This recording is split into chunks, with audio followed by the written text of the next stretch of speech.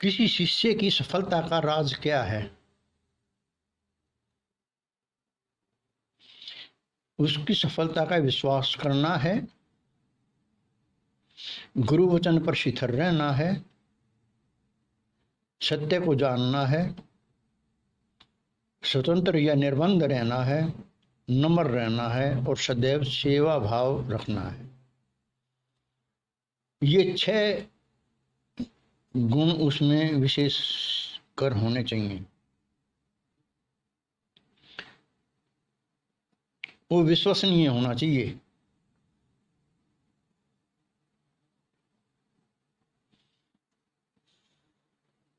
जो कुछ भी महापुरुषों द्वारा बोला गया है, बताया गया है, उस पर विश्वास करना चाहिए।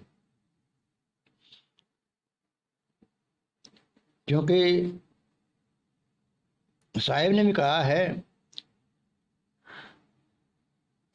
कि भाई मैं तो विश्वास में हूं। उसने सभी क्रिया, क्रम, जप, तप, योग, व्रत, उपवास सभी कुछ फेल करके ये कहा था, भाई मैं विश्वास में हूं, विश्वास करिए। भाई कोई शक्ति है, कोई ज्ञान है, कोई सुधारक है। और जो गुरु वचन है उस पर शिथिल रहना चाहिए। क्योंकि कहा भी क्या है, जो गुरु वचन पर डट गए कट गए फंद 84 के।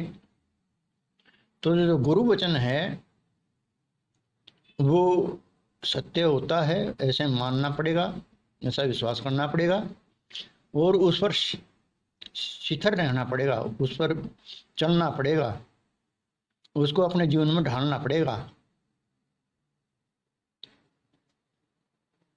और सत्य क्या है यह भी जानना पड़ेगा। क्योंकि ये भी कहा है कबीर साहब ने, अब जब तक नहीं देखूं अपने नैना तब तक नहीं मानूं गुरु के बैना। यानी अपना सबका अनुभव भी करना बहुत जरूरी है। विश्वास करिए, उनकी बातों पर चलिए, लेकिन फिर भी स्वयं का अनुभव जो है सत्य को जानने का वो जरूरी है। निर्बंध रहना चाहिए। हमें विषय विकारों से जो है अपने आप को निबंध बनना है। हमें विषय विकारों से जो है ना आज़ाद होना है। यदि विषय विकारों में हम फंसे रह गए तो सफलता नहीं मिलेगी। इसलिए विषय विकारों से भी, मोह माया से आदि से हमने निर्बंध होना है। नम्रता को धारण करना है कि नम्रता जो है वो सबसे श्रेष्ठ गुण है। हमें नम्र रहना चाहिए। नम्रता के जो है बहुत जरूरी है।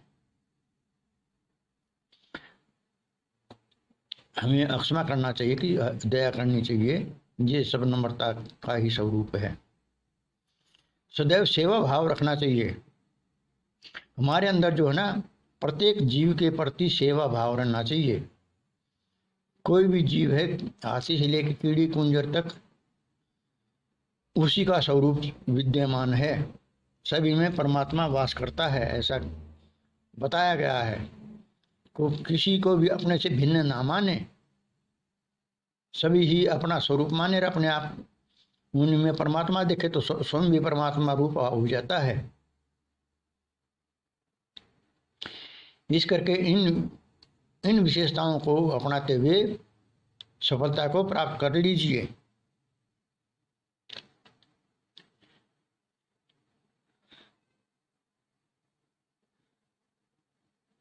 शरीर और श्वास का आधार क्या है?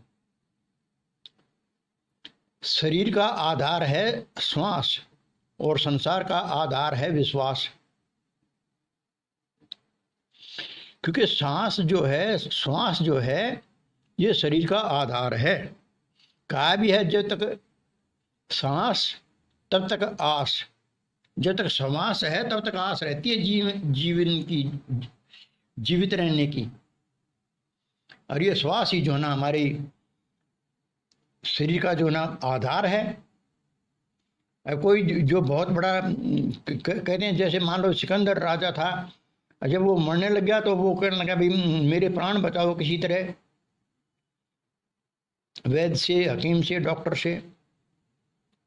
वो कहने लगा जी आपके प्राण तो नहीं बच सकते, मैं आपको ये जितना भी सोना चांदी है जी मेरे पास मैं सब दे दूंगा, ले फिर भी नहीं बच सकते। ले मैं आपको आधा राज दे दूंगा, ले तब भी नहीं बच सकते। ले मैं सारा राज दे दूंगा, ले तब भी नहीं बच सकते। जब तक हमारे शरीर में श्वास है तभी तक ये शरीर जो है चैतन्य है, चलता है, जीवित है, कोई क्रिया कर सकता है। क्योंकि श्वास में जो है क्रिया शक्ति होती है, प्राण जो है प्राण ही श्वास कहता है। इसलिए जब प्राण फकेरू उड़ जाएंगे तो फिर ये जो है हमारा शरीर जो है इसकी कोई कीमत नहीं है। फिर इसमें जो ना सड़ांध आ जाएगी, बदबू हो जाएगी और इसके पास भी नहीं फटकेगा कोई। इसीलिए तो जब शरीर से प्राण फकेरू उड़ जाते हैं तो इसको जो है ना चार तरह से जो है आदमी अपना दाग दे देते हैं, यानी कि कोई जला करके, कोई दबा करके, कोई बहा करके और कोई फेंक करके। चारों तत्वों के अपने अपने हिसाब से इनको उसमें मिला देते हैं। तो ये जो है बहुत जरूरी है। ऐसे ही संसार है, संसार जो है विश्वास पर चलता है। ये यदि पति पत्नी एक दूसरे पर विश्वास ना करे तो गृहस्थ कैसे चलेगी? चल ही नहीं सकती। हमें विश्वास करना पड़ता है। ऐसे ही फिर जो है घर से फिर समाज बनता है, समाज से जो ना फिर ये आगे ऐसे चलता रहता है, राष्ट्र बनता है। एक राष्ट्र दूसरे राष्ट्र से विश्वास करता है।